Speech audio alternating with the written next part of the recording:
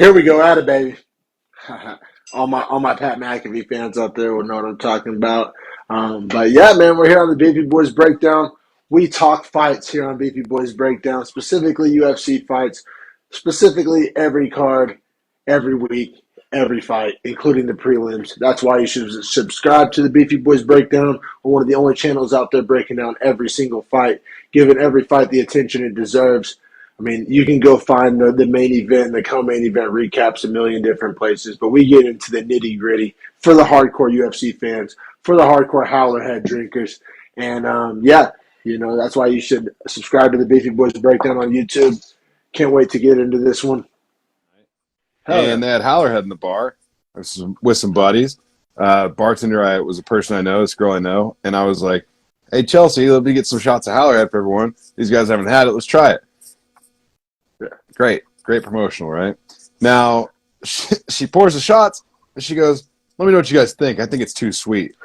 Bro, I stared her dead in her face and I said, "Why don't you not impress them before they try to get it? Don't leave any. Don't guide their decision. They literally have a shot in front of them." Is going to try to impress the bartender, especially if she's good looking, and be like, "Oh yeah, I thought it was too sweet too." Like, you know what I'm saying? Like,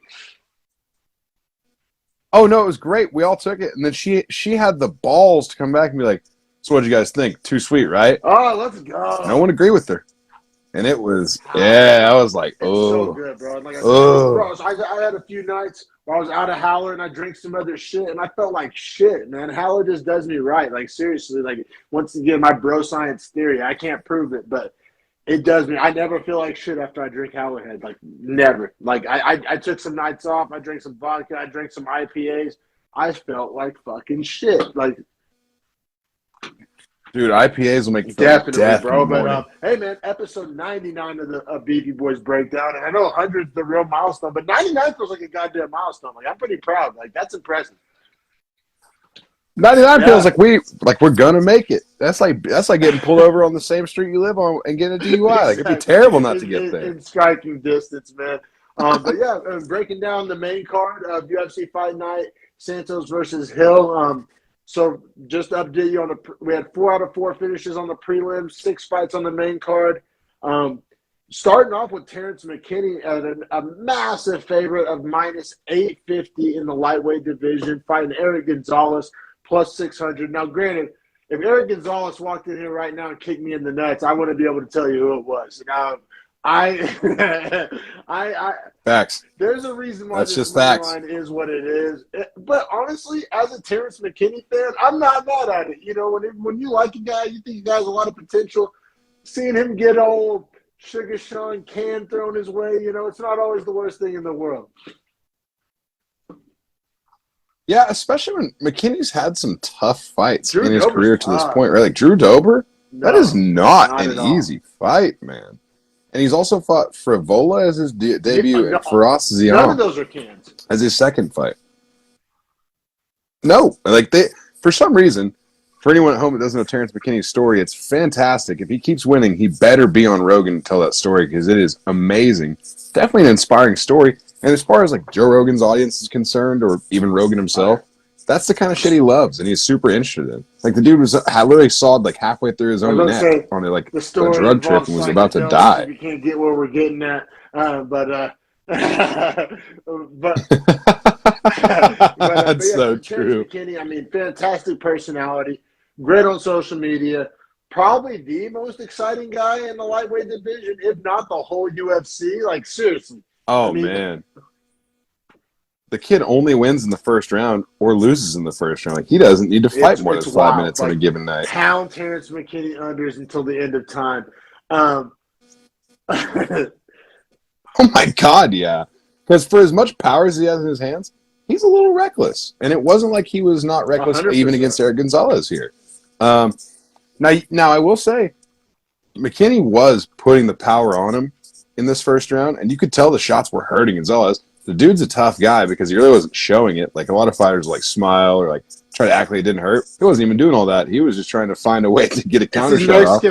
He finally does at one point. Of the world, the Eric Gonzalez of the world, just that focus, that just push through the fire.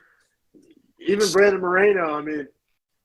I mean, hell, The Mexican Ortega fighters, Moreno, man, like they don't quit. it's a The real Mexican thing. chin's a real It's a thing. real It's a really, really real thing. Boxing and It's all a real combat thing, sports is a man. real Also, thing. like Eric Gonzalez, I mean, it was probably only one shot, but it was a hell of a fucking shot. It was probably the most trouble we've seen McKinney in.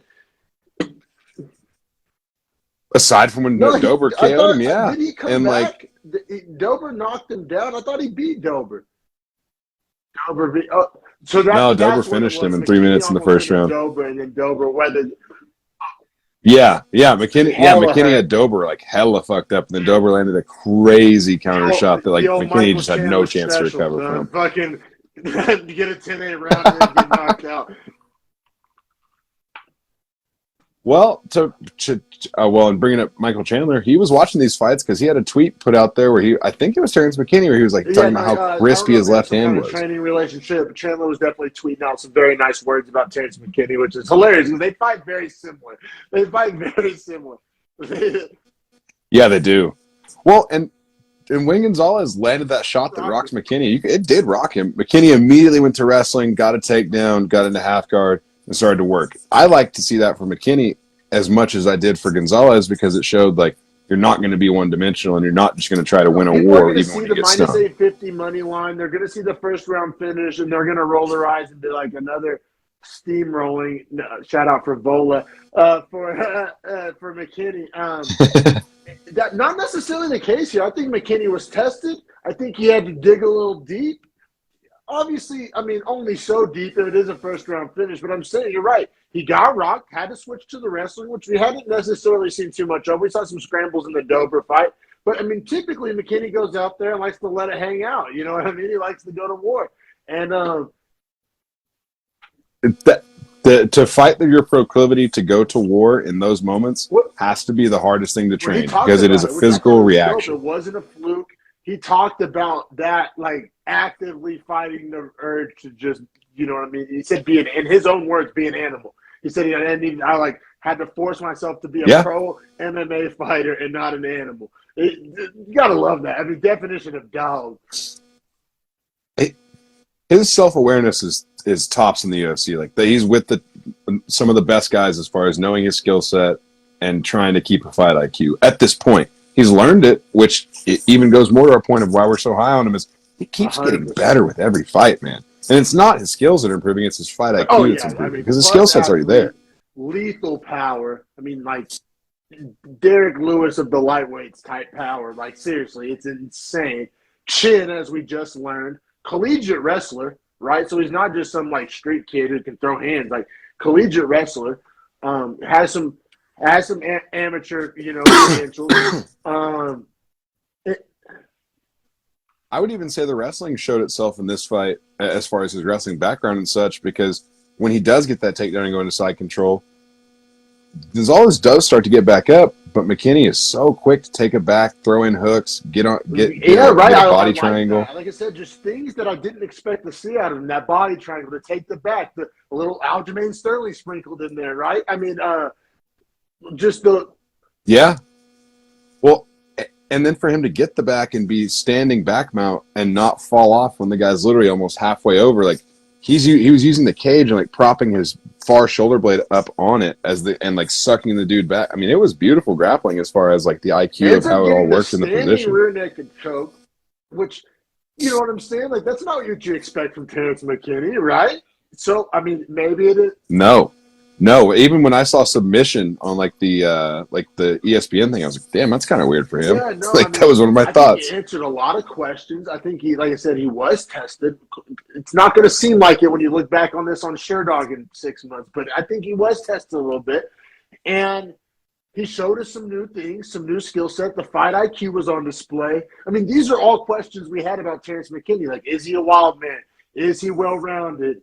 Can he take a shot as well as he can give one? Answered a little bit in the Dober fight, but still. I mean, I don't know, man. I mean, the only question we have now is can he go fucking 15 minutes? Because he hasn't had to. Yeah. That I do worry about for him. And sometime they're going to give him that test eventually. But like we were alluding to, he does get that standing rear naked choke in this fight. 2 minutes and 17 seconds in for the finish. Another first round finish for him. Another fight where he gets the fight to end before even a half of a round occurs. Once again, great on the mic after the fight. Out Patty. Calls out Patty. Right there, bro. So as soon as this fight ended, I kind of just, in my brain, this is just how I was like, is this the guy for Patty? I shit you not. Before he said it, before I checked Twitter, Twitter's on fire about it, too. Immediately where my brain went, I was like, is this the guy for Patty? Because he's not ranked. He's not like a world beater, right? He lost to Dober. Very dangerous guy, very exciting guy, fan-friendly guy. I was like, is this the guy for Patty? And then he gets on the mic, makes the Patty call out. And then I go to Twitter, because you have to, right, to gauge how the people are feeling. I was expecting people to be like eye roll emojis, like, yeah, right, everybody wants Patty. Twitter's on board. I mean, it's the fight people want. And I would be surprised to see Patty turn it down. Like to say he's hype and all that. He's a fighter. He doesn't like to like be punked or like he's no punk. He's no punk. Well, and Patty, I mean, from what I can tell, doesn't mind to have the slow roll. And for right now, him fighting Hooker, Ismagulov, or Turner isn't as fun of a fight. Hooker would be great, but I'd honestly rather see the T-Rex Terrence McKinney fight. Now, you do run into the problem with the UFC of like they could meet a little later down the road because I think McKinney is going to be a top 10 155er by the time they're both at 30 plus years of age. That is a dangerous game to play though, right? Either guy takes an L, stumbles, stubs his toe, injuries happen. I mean, you know, some would argue the whole a bird in the hand versus is worth two in the bush. You know what I mean? Like sometimes you got to make the fight you can make while you can make it. I feel you though. You're right. 18 months from now, maybe this is a top 10 matchup. I mean, you know what I mean? Like, yeah, well, and to fight Patty right now, McKinney took almost no damage. He could get another fight in and get on the Adesanya card here in November, or hell, even the other crazy lightweight card feature, which would be obviously the 22nd of October or whatever day that is, 281 that has Makash. Right, and so like, that would be a great card placement for him, but Patty's not fighting until December, and you know he's not fighting in New York because he ain't he's already said it multiple times. I'm not paying no tax, man. A lot of fighters talk about that New York tax, man, and the New York Commission's weird. Yeah, a lot of reasons to not want to fight in New York. I feel that. But yeah, Terrence McKinney, exciting, all the steam. Hope he gets the Patty fight. If not, there's a million fun things you can do for him. I think he even – was he the one that said if I don't get Patty, maybe Jim Miller? Is that what he said? Which – yes, I don't hate that. Which – usually I would. Usually I would. I like that Jim fight. Miller, any like old guy rule I have, I throw out the window when it comes to Jim Miller. Like Jim Miller's still in it. Like he's – I also think Miller's a seasoned vet and still has enough physical tools to where he can make McKinney go past the first round, which is where you actually see the next test from McKinney. Give me Patty all day, but I don't hate the Jim Miller matchup. Gets him on the main card, which he's already on the main card. Probably works his way up the card with that matchup, though. I mean, McKinney's doing all the right things, saying all the right things. I think the people gravitate towards him, which you can't buy, you can't force. Like, UFC fans, we're a picky bunch. You know, we either like you or we don't. And the people seem to be loving some T-Rex. I could also see a Julian Erosa Terrence McKinney fight if they decide to not go with any big names, but want to give him just another great fight. A lot lately, though. Yeah, I think he's more. Has he gone down? I wondered about that. I thought about that, but I know he's had a bunch of fights at 55 in his career. He doesn't really turn down fights, so I want. And I think he's lost. And he's a savage, which like that. Guys change weight classes, so I mean, you're not super off base there, but you know, there's I think there's plenty of 55ers for him to fight. I guess it's more so the question of how does Sean Shelby want to try and build his division with the youth, right? Because like Mick Maynard does the bottom division, and then I believe the top 4, and then Sean Shelby gets the 4 in between out of the 8 weight classes, right? So Shelby's 35, 45, 55, 70. Mick Maynard's 125, 185, 205 heavyweight. So anyone in the middle weight classes like that, the 35, 45, 55 guys, even 70s, that's all the same fight maker. So the question is, how does Sean Shelby want to do this kid? And like, I think he owes it to him to give him the right kind of a run. Which is why I want the Patty fight. I want to see it so bad. But I don't think it's good for the UFC's brand. Well, it's great for the UFC's brand. but not in longevity, right? I don't know, man. It's hard to say. Hard to say because if McKinney steals his shine, McKinney's story Yeah, is excellent as well, and he's exactly, pretty good on the exactly. mic. And also, I think the same could be said if Patty does lose to Terrence. I think he's young enough. I think his fans will ride with him enough. I think I don't think he's dead in the water. You know what I mean? I don't think. No, it definitely slows the rocket ship, but I don't think it kills it. I do think what's very interesting about that matchup, if they do elect to go with it, is Patty's always, I'm a scouser, you don't get knocked out. Okay, we'll see with the nuclear option if you don't get knocked out. We'll see.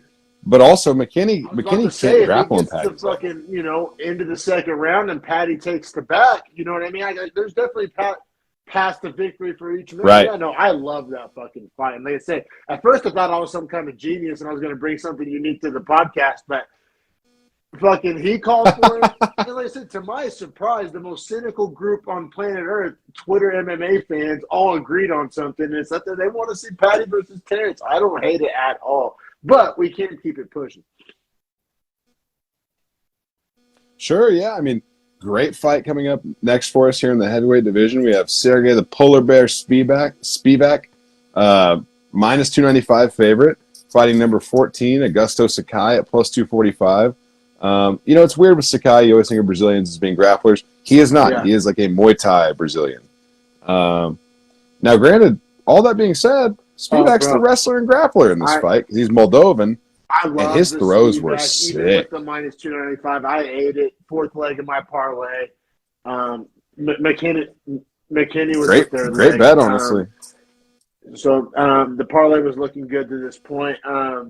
Spivak, but honestly though, but it was cool. So I've learned you can't always just bet against the guy you don't like. Like that's not a smart betting strategy. But when it aligns, like when you have a guy you're dauber up on fighting a guy you're super dauber down on, I mean, pound it, right? I mean, and that's where I found myself when I was at the book. I mean, I honestly think Spivak could and should be ranked. I mean, this was obviously his chance to get there. I don't think Spivak's a world beater, but if Spivak, could he work his way up to 6'7" in the world? He sure fucking could. And then Sakai, I mean, I'm honestly tired of watching him fight. I mean, I don't think he deserves his rank. I think he's overrated. I'm super dauber down on Sakai. So, I mean. You know what's so weird about the Augusto Sakai story, for me at least, when I think back on it, is man, he fought Overeem and was beating the shit out of Overeem for the first round, and then Overeem started getting takedowns and literally wrestled him to beat him in that fight. Too one-dimensional for heavyweight. That's like the one division you can be one-dimensional in. It's like it's trash. It's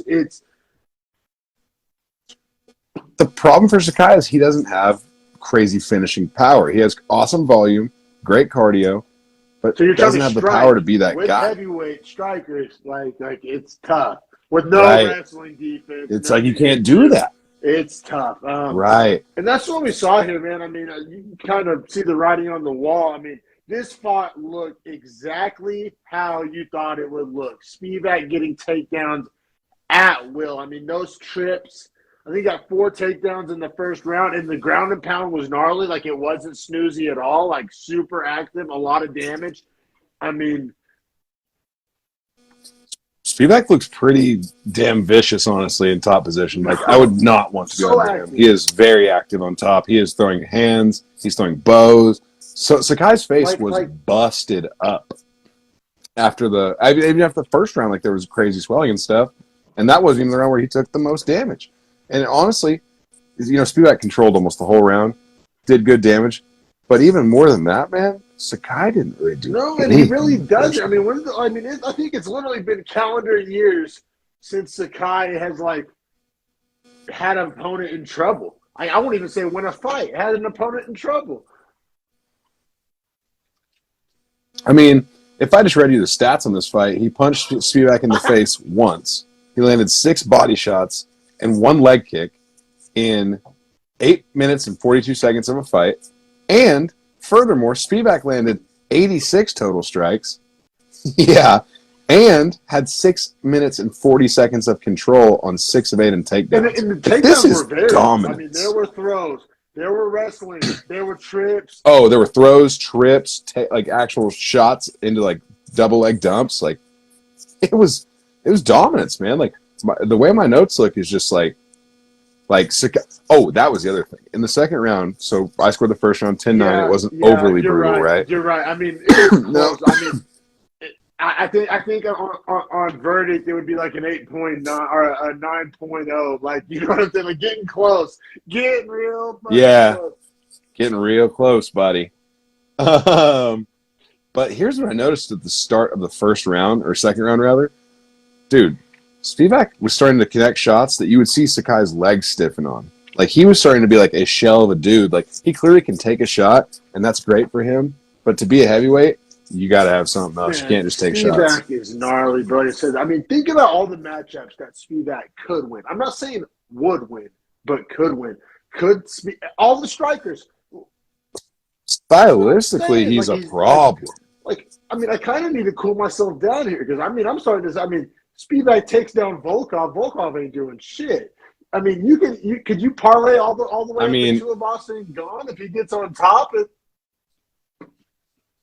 So check this out. So here's where we're at now, right? Is Spivak eventually gets another takedown, gets on top, and does the nastiest ground and pound of the night for sure, and is just. Oh, dude! Like, this whole side of Sakai's face was just swollen out, and I was like, "That is so bad." You couldn't say he didn't have intelligent defense, but there was no offense coming back. Like, it was so one-sided that the ref was in a bind. You could tell the ref honestly kind of wanted to stop it, but I mean, Sakai was Mark Smith defending, but there was no offense from Sakai in the second round. It was one-way traffic, but he was just doing just enough to keep the fight from getting called. I mean, I think if round two makes it the distance, it's definitely a 10-8. Oh, funny you say that. I definitely had that as my last notes on that. Was that, Mark Smith calls the stop of the fight, 3:42 into the second round. Sakai's face is ruined, and that was going to be the easiest 10-8 I've ever scored. Spivak, I mean, he probably still Sakai's 14th ranking, and then, like I said. Oh, no, the rankings are updated, so he's number 12 now. Deserved. So, but now we're talking about he can fight Rosenstruik, who's number 9. He can fight Dawkins, who's 10. He can fight Tybura, who's 11. I don't want to see him. That's going to be bad. Right, correct. But I was going to say, I do not want to see him fight. I do not want to see him fight Romanov. They're the same guy. Him and Romanov's a better grappler. They're the same guy, but Romanov's literally bigger and has a better center of gravity, I think. And I think that's a problematic matchup. I think Blades is problematic for Spivak. 100%. There's dudes that are going to be a big problem for him, but he's such a big problem for all those other guys that didn't all the washed-up guys, all the old guys fucking look at because fucking the polar bear. Him and Pete Alonso are just the polar bears swimming the fucking ice caps. Just, I could honestly really see Spivak and Dawkins. I think both those guys, Dawkins kind of going down, Spivak kind of coming up, meeting right there, trying to get Spivak his entry into the top 10. I think the UFC, like me, is kind of done with Rosenstruik. That Toy Story meme where he's like, "I'm done playing with you," and I think everybody. I think not the Biggie Boy. Over the Biggie Boy experiment. I mean, I think Dawkins. I think that tank. There's like a quarter tank. It's almost empty. I think there's a little juice left to squeeze there. I don't think everybody's completely out on Dawkins. I think people are generally out on Rosenstruik. I know I am. I wouldn't mind seeing him being fed to the polar bear. Yeah. I'm fully with that, and I think for Spivak, that's a very favorable matchup, man. You motherfuckers, please. Please, please. That'd be a nightmare. 3 rounds, please. That'd be a nightmare. Please. But we'll keep it pushing to our first of our tough finales. We have 2 tough finales. I was sold on the story of this fight. I didn't give a shit about Zach Paga and Mo Usman, mostly because I hate the Usman.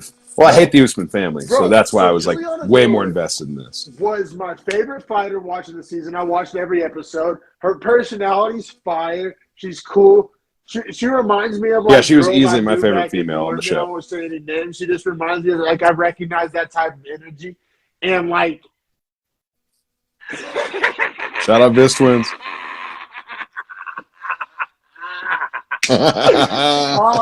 Called out. Did I get it? But no, you're not wrong.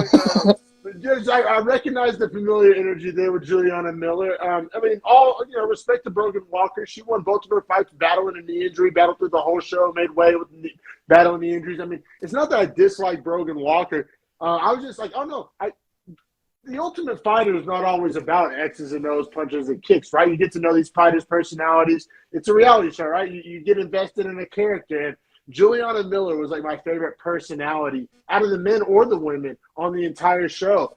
And so to see her in the finale was dope. I was definitely team Juliana. Well, and like Brogan Walker, Juliana, that's hilarious. Brogan Walker used to fight in Invicta and has fought Aaron Blanchfield there, fought Pearl Gonzalez there. Like, she's fought very impressive people. So for Juliana Miller, it's the exact opposite story. Very new to MMA, has not fought those names because she is so new. Was 3-1 coming into this fight, with one of those wins being the semifinals. So really 2-1 in a pro record setting before TUF. Now, all that being said, she continues to get better every fight. And that's what's going to be most important for her, is where is her ceiling. Bet this fight. As much as I wanted to bet on Miller, I did. It was a heart, not a brain bet. You know what I mean? I honestly, skill for skill, and this may even still be true, probably not, but skill for skill, I liked Brogan Walker. I like I said, I like the mentality, the heart, the personality. I'm a Miller fan. But I wasn't willing to put my money where my mouth was, so I just wanted to be honest about that. I don't blame you for that, because this fight was so unpredictable, and with a girl that young against a girl that's this seasoned as Brogan Walker is, it would almost be like a suicidal type bet to try and bet the -130 favorite. Like, you're not even getting more than your money back with a girl that doesn't even have that many fights. I think that was a lot of in a big moment, too. A lot of heart bets coming in. Yeah, because she did open up, I believe, as like a +135 or something like that, or +140. So it definitely was some fan money. Now, we should probably go round by round. This is the first round or first fight that we see get to the third round in the card, which is insane to say. This is fight number 7, and we finally get to see a third round here. So in the flyweight division, the winner of this is the TUF Season 30 125 female finale winner. UFC contract on the line. This fight mattered. I mean, at least to me, I watched the whole season. Big deal, yeah. I mean, I had 10-9 Miller. I mean, she got the takedown, which a lot of people didn't. I think a lot of people, myself included, Bisping included, were shocked that Miller was stronger than Walker. Like, very clearly too. Like, that was a point that continued to show itself throughout the entirety of the fight, was that Miller literally could just switch the position on the fence and the standing clinch whenever she wanted. I was blown away by that. Blown away by that. Fight, it was going to have to be like Nate Diaz-esque, like take a lot of damage, throw a lot of volume. You know what I'm saying? I literally thought it was going to be her volume would be the key to her winning. I didn't think this fight would go anyway like this. Positions and being the stronger woman. And controlling top position as well after the takedowns. I didn't know that she'd be able to hold Brogan Walker down. I 100% agree. Like, stylistically, even when this fight went how I wanted it to go, I stylistically did not see it playing out like this at all, which kudos to Juliana Miller for being better than we thought she was and more well-rounded than we thought she was. And by we, I mean, I'm speaking for MMA fans, right? I mean, there was a lot of hate on Twitter. I literally saw a tweet. Yeah. The fight started. It literally said, prepare to watch the worst stand-up striking you've ever seen. No, but it wasn't even that bad, bro. Like, and granted, there wasn't a lot of stand-up as far as striking, but it wasn't that bad. So I thought, easy 10-9 to Miller in the first. Now, funny enough, when they were getting up, these girls were trying to fight each other the entire fight, whether the rounds were started or not. Talking shit before the win, which I love. Like, I love that animosity. It builds the story. And so, easy 10-9 first. Walker came out and opened the second round pretty strong, I thought. Landed some good shots, hit her with the teep to the chest to kind of keep the distance and get her on the cage, then pressed her and got the standing clinch control, and then immediately got reversed. And that's when it was apparent to me, oh, Miller's just the stronger girl.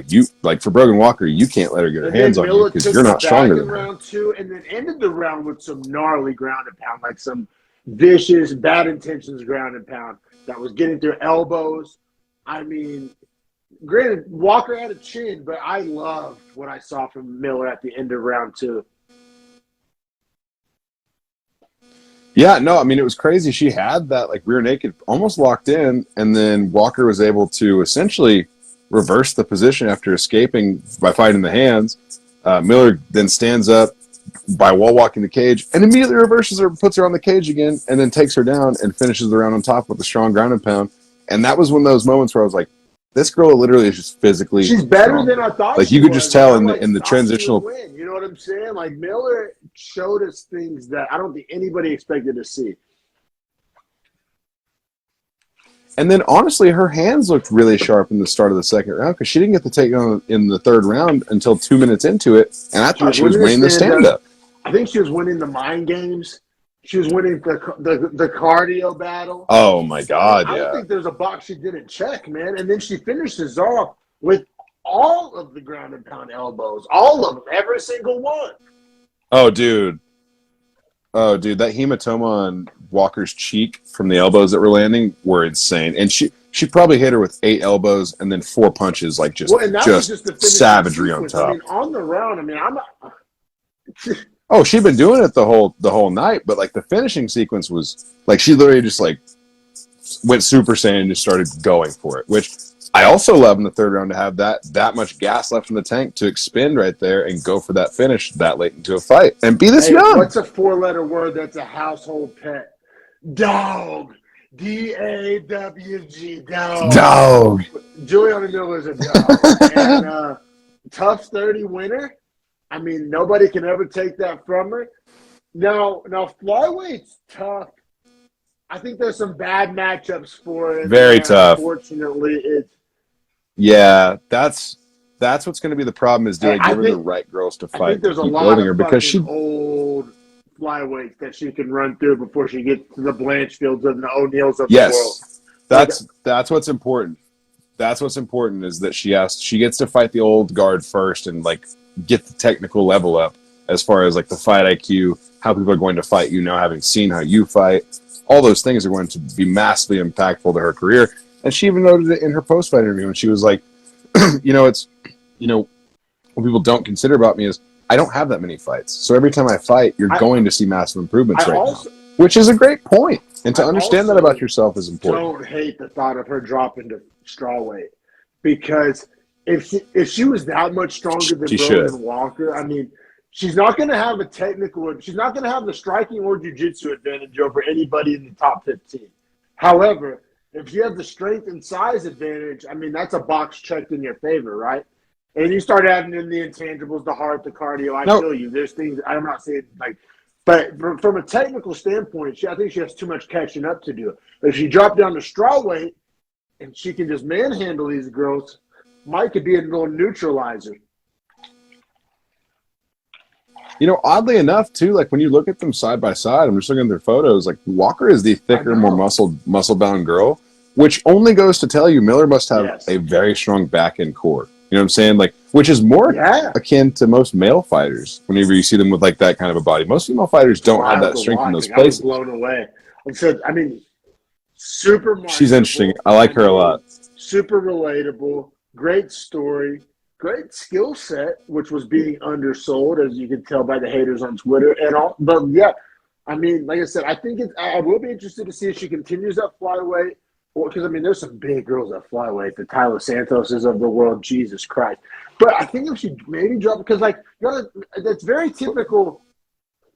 But Miller's 5'7". She's actually an inch taller than Santos, which is crazy to think about. For sure. So many times on Ultimate Fighters, you have to make weight twice in 6 weeks, so nobody can cut that much weight. It's like Rashad Evans, people forget heavyweight on top. We just saw Brian Battle, literally. We just saw it. I mean, so it wouldn't be that wild to think that she ends up fighting at strawweight, which I think there's more fights for her there. Maybe she has some advantages there. I don't know. I also think that plays a big part in why there's not a lot of men's 125 toughs as far as seasons go. Because a lot of 125 guys can't hold their body there. They're literally dying to be that. I hate to do it, and the bathroom's super close to where I'm recording, so I hope y'all don't hear this. I got to pee. I'll be right back. We'll take a quick pause. I'll grab a White Claw. We'll just edit out the break.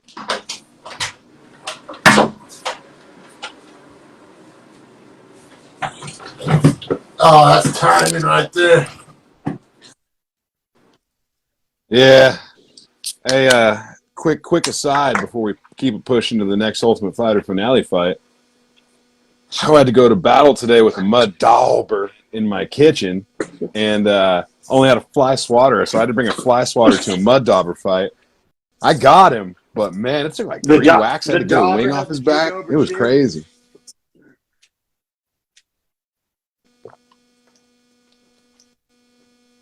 Sorry. I'm trying to stay hydrated. Weight cutting, my second gallon. Water loading is crazy. For anyone at home that didn't get that reference, fighters that drop weight by water loading will literally drink 2 of these in a day, 4 days before they fight, so that their body starts excreting all the water from it. Real wild. And then you get into the laxatives and the salt baths, and I mean, there's so many crazy things to do to make weight. I always kind of generally support guys going up in weight rather than going down in weight. I mean, there are instances, but man, coming full circle, we don't have to worry about no weight cuts for this next bout because we got some heavyweights up. We got the Tough 30 Ultimate Fighter finale. We got Muhammad Usman, yes, the Usman family. Was it little brother of Kamaru or older brother? He is the little brother, but he is taller and much heavier. Kamaru, coming in at a plus 220 dog, which I was pretty shocked to see. Just because of last name, right? I thought there would be a lot of assholes at the sportsbook that just bet the Usman last name. Well, that was how the whole show went. The whole damn season was everyone kept talking about, like, that was a point they ran into the fucking ground, was like, yeah, he's Usman's brother, but he never looked good on the show, honestly, in my opinion. Like, he continued to win fights, sure, but I always thought me too. That's why I was season. Really shocked to see Pauga be the favorite. I thought I was going to come in with the genius value, fucking come in and sweep the plus money Pauga, but no, everybody was on to me, man. Yeah, Vegas liked Pauga. I like Pauga. You like Pauga. I tell you, I thought Pauga was the more well-rounded fighter, just the better fighter, the better technique.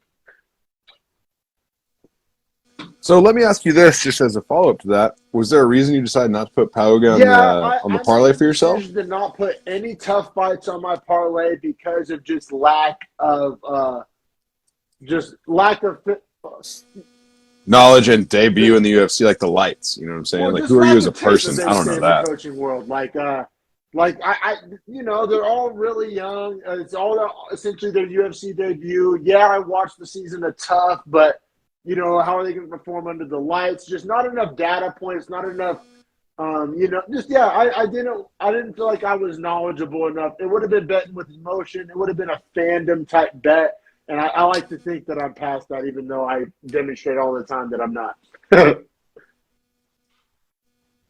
One other thing I thought that was super cool about this fight was obviously Kamaru's in the corner for Muhammad. One of his cornermen is, of course, the welterweight champion who hasn't lost in like 18 fights. Why wouldn't that be one of your cornermen?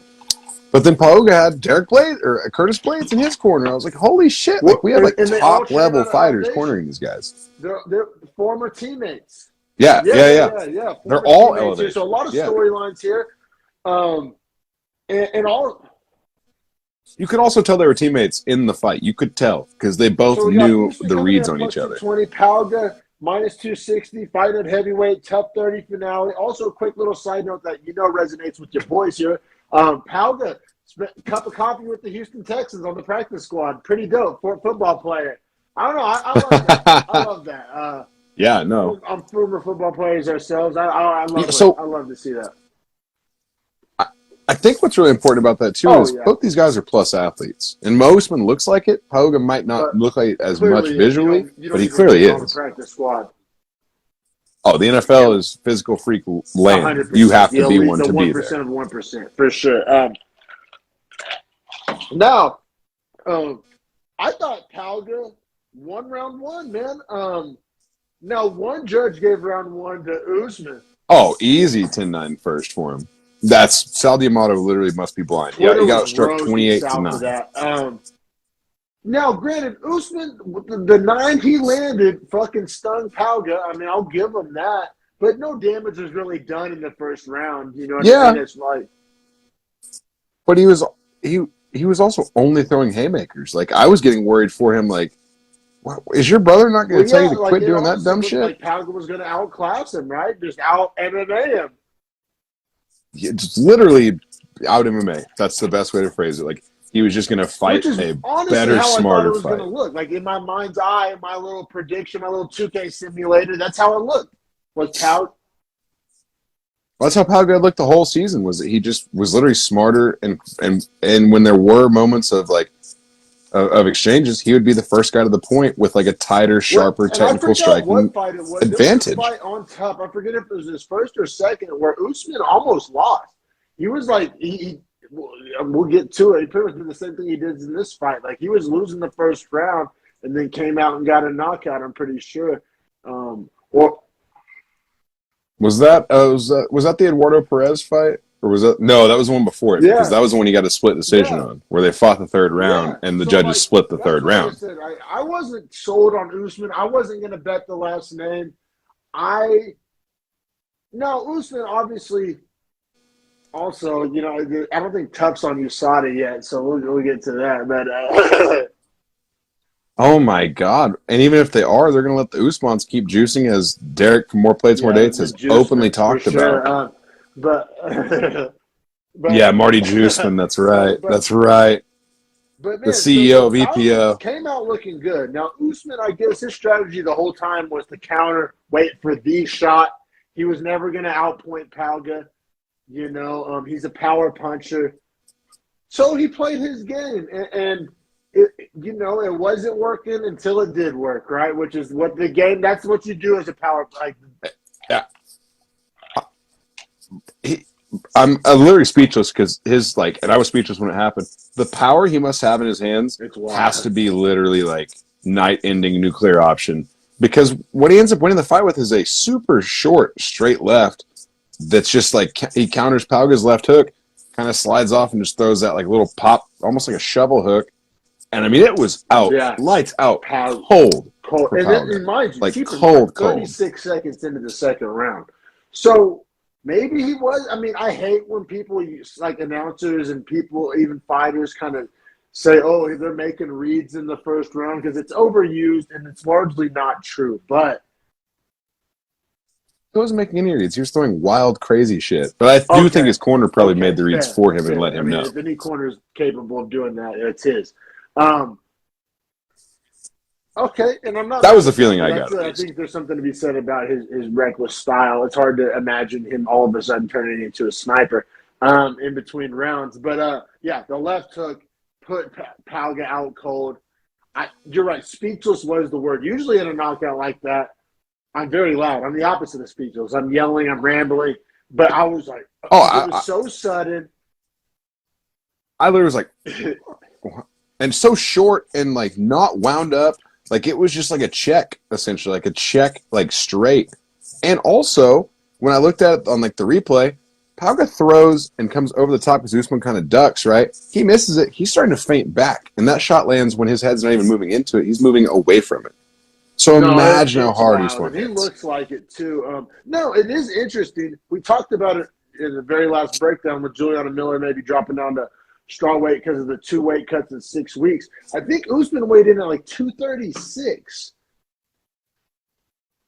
236. I was going to ask you, do you think it would be plausible for him to just diet 225 and then make the cut? I mean, he literally could just diet 10 pounds off his body. His So legs are thick, he's so so thick, muscle he could bound, just lose some you weight there. know, Well, that goes to his because favor of the though, as far water. as cutting to 205, because like muscle holds more water, right? So like if he does a I'd say water-based water loading cut, he can make he's a 205. Might power be tosser dangerous of for him, but 205. You know hell, what I'm Usman. saying? It can But work that for a while. man, Like and it can you can work. imagine? Now, how sustainable? I think he could stack some wins at 205. You know what I'm saying? And avoid the dangerous heavyweights. Yeah. Well, this is where the UFC. It's where the UFC could use Oh, the he's a 225 textbook division. cruiserweight. I guess would be the potential name for that weight class. I Yeah. feel you. I mean, that's ifs and buts or cherries and nuts, though. You know, the world wouldn't be hungry. So, like,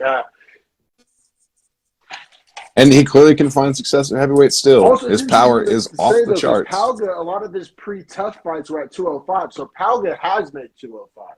And he looks like that. I know, and he's the guy That's that what I'm doesn't look like he saying. should be able So to make it's kind 205. of hard for me to picture Usman at heavyweight, to be honest. Because, like, I mean, what's he going to slug it out with Tai Tuivasa? You know what I mean? These heavyweights, because his style is what I'm getting at, right? He's a big slug 'em, bang 'em, power punching. What's he going to – I mean, you know what I'm saying? Like, how does that translate to somebody who outweighs him by 30 pounds? The only thing that's going to be a problem for him if he does cut that weight and go down is his speed on his punches isn't necessarily fast. The gas His hand speed is not the craziest. You know, the speed. For sure. And I'd imagine a guy like Ryan Spann would be like a fun matchup, let's just say, as far as like ranked guys. Sign me up. Ryan Spann, I don't know that Usman does too well in that. You know what I mean? Because send him to fucking Jupiter. It could, you know, even if it's only Sajak style, like, dude, if he could make 205, him and Ozdemir would be such a fun fight. Because neither guy has good hand speed, just all the power on earth. Like, I mean, just literally hammers being slung. Juliana Miller can be said for Usman, which is weird because they're like polar opposites, but like it matters on the matchup and the weight class. And the future of this experiment, which I think with fighters this green, it's still an experiment. But, you know, it can go a lot of directions because if they try to fast roll him into a top heavyweight, I don't know how that goes. Same thing, though, if he has a botched weight cut to 205, I don't know how that goes. He's kind of between a... How do you think he does against a guy like Dontel Mays? Or, hell, even Sakai? Maybe Sakai might be the fight to make. But Usman didn't take that much damage, and Sakai's going to have to heal up and rest. If he has 6 months of skill building at Team Elevation... That's a good point, especially the coach like Trevor Whitman for your striking. Dude's pretty green. Dude's a master. Plus... I also think Palga is going to find his way back to the UFC. I really would. Like, I mean... It's pretty common, I think, that the tough runner-up usually gets, if they go win their next fight out, the UFC will then bring him back. Somebody gets COVID, fucking twist an ankle, has a botched weight cut. I feel you. I think... Also interesting, the tough finale occurred here in the Apex. So how did these guys do in front of a crowd, you know? We didn't have to see that last night. They didn't have to experience that. But yeah, man, I mean, also Usman did get a bonus for that, which, hey, I'm not mad at that at all. That was spectacular. Did we say Brian Battle got a bonus? He did. I don't know if we said it. Okay, just wanted to make sure. I deservedly so. I think Brian Battle is better than Miller or Usman as far as like tough champions. Fuck yeah. I think Brian Battle has like a lot of he's so well rounded, man. That was my takeaway from watching him in this Sakai fight was like, oh, this dude strikes very effectively. He reminds me of like a slightly smaller Soto, you said Sakai. I know what you were saying though. Oh, I was thinking of Juan Soto. I'm sorry, because the Dodgers just swept out the potties. No, but yeah, I think that as far as Brian Battle's skill set, he's super well rounded, and he reminds me so much of like an Eric Anders, but younger and with like way better striking, sharper, for sure, sharper points. Like all those points they share, he's sharper in all those regions, but he's also a little smaller, younger. And I think might have a better fight IQ because Eric Anders just has a crazy chin. Hey, let's keep it pushing. Yeah, I think this was one of the most shocking fights. This was my fight of the night. I know I didn't win fight of the night. This was my fight. No, granted, there's a performance bonus here anyway. I don't see fight of the night at all. The winner gets a performance bonus, which is well deserved. But this was like not competitive. You know what's weird though is like when you look at bad. Oh yeah. Really? Oh yeah, well, let's definitely go round by round, but like, and I think that like the stamps on the rounds are going to be why it's easier to score. But the second round is very close. This was my lock of the week. This is the only fight that I put in 2 parlays. Yeah, I felt This so was your lock? confident. I felt so confident. Yeah. And Really? I felt I would have thought you would have locked Jamal Hill no, before Vicente Luque. I was so high. I mean, I loved this. I loved the value. I mean, I considered it value. I thought that Luque was Well, it's the second smallest favorite Luque's ever been in his career, so the value I is there. thought You're not wrong. Luque was about to embarrass Neil. And I'll just go out and say it. Boy, was I wrong. We'll dive into it, but I mean, for Neil, he has taken almost 9 months off since that split decision against Ponzinibbio, and he only fought twice in 2021. I mean, to Neil's credit, he's fought in his last 5 now: Mike Perry, Stephen Wonderboy Thompson, Magny, Ponzinibbio, now Luque. see, I Like, the think dude only Luque's fights the best killers, of and he anybody in this is a list killer now. himself. That's why I Yeah, felt I so probably agree with confident. that. And I mean, well, and for Luque, it's not like he's fought nobody. It's like he's Yeah, actually fought more impressive guys, in my opinion, between like Randy Brown, Woodley, Chiesa, and that Bilal Muhammad, and yeah, Jeff Neal. So, 100%. and the Muhammad thing was and Bilal Muhammad couldn't finish Luque in 25 minutes. So what would make you think Neal could get it No, and finish Luque's inside never of been 15? finished before. So we have this Vicente Luque, the That's what I 6th mean. ranked welterweight stud, coming in at minus 180. I put him on 2 parlays, fighting Jeff Neal plus 155 dog, the 13th ranked welterweight. And man, as soon as this fight started, I was like, oh no, oh no. Oh, Jeff Couldn't Neal's left hand miss, could not which miss. is He couldn't miss. He had Luque rocked 3 times in the first round, and finally sat him down I'll in be the real. in the third It time he rocked confused him. me. I still don't know if I have a great understanding of it. I consider Luque one of the best strikers in the division, both offensively and defensively. What Jeff Neal was doing seemed to be pretty goddamn rudimentary. Said no Freddie Roach here, could very easily be seeing this wrong. I still don't know if I fully grasped like what I was watching. Like, I mean, obviously I was watching left hands connect very, very hard. I'm not like I'm Captain Obvious.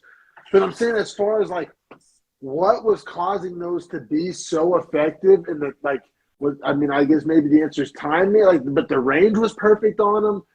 I mean, probably Neil had the hand speed advantage. That plays in but still seem to be pretty like something that I would expect a guy of Luque's caliber to be able to like have an answer to, right? Like I was confused then and I'm kind of confused now. I will say, if you're going to try and kickbox Jeff Neal, that's going to be his wheelhouse. That's what Jeff Neal wants, Yeah. is to have an all on the feet fight. So for Luque, I actually expected him to try and press in, dirty box, press him on the fence. Never really did See, that.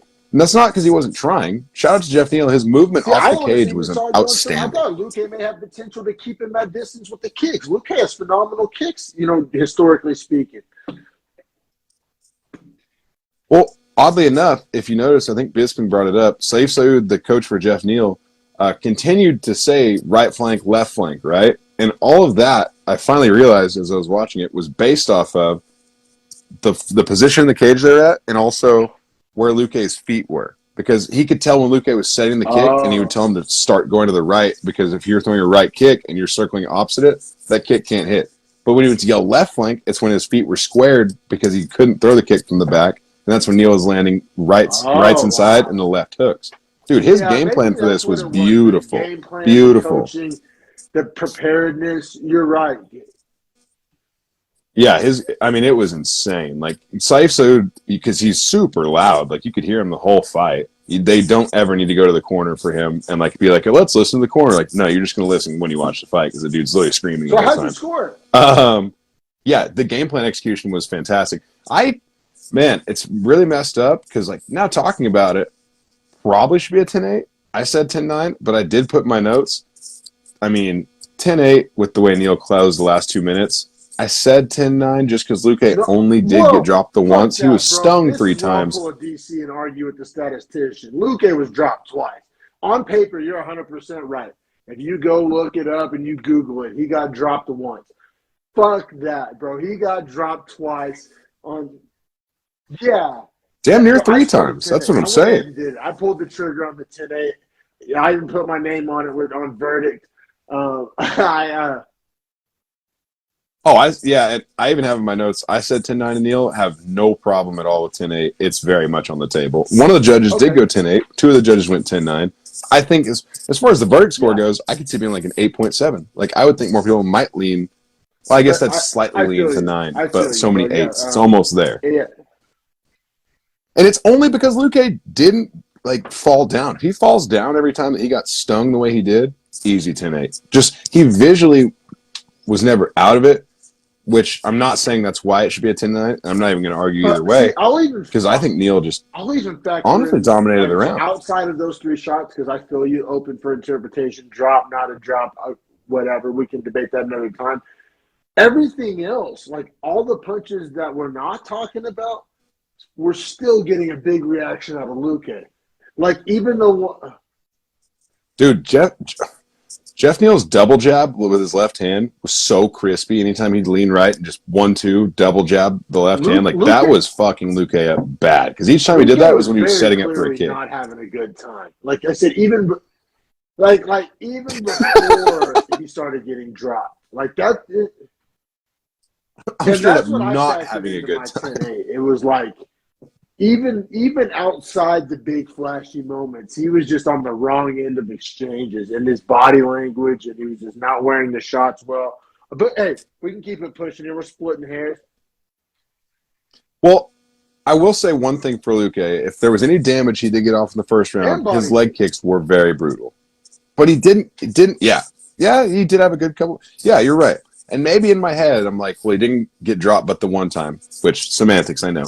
But he also was getting some damage inflicted back. So I was like, okay, I'll reason myself into a 10-9 here. I'll lawyer Hey, ball we've myself into a all been 10-9. there. We've all been The there. feeling in my but like if you showed someone that first round just randomly, you'd be like, well, this black guy's Especially the fucking him up. highlights that you showed the highlights. Like, yeah, That's what I mean. Like Luque hardly had but probably 3 or 4 highlights throughout the entirety of this fight, which it is a 3-round fight, and I don't want to spoil yeah. Second anything. round, I So let's thought was push to the actually second pretty round. hard to score. I thought the second round was pretty competitive. Yeah. Oh, it was so You close. know, So hats close. off to So close. Luque I'm for glad you bouncing think so. back I'm glad you and think still so. being in the fight and still pursuing a win and following a game plan. However, all that being said, I still lean Neil.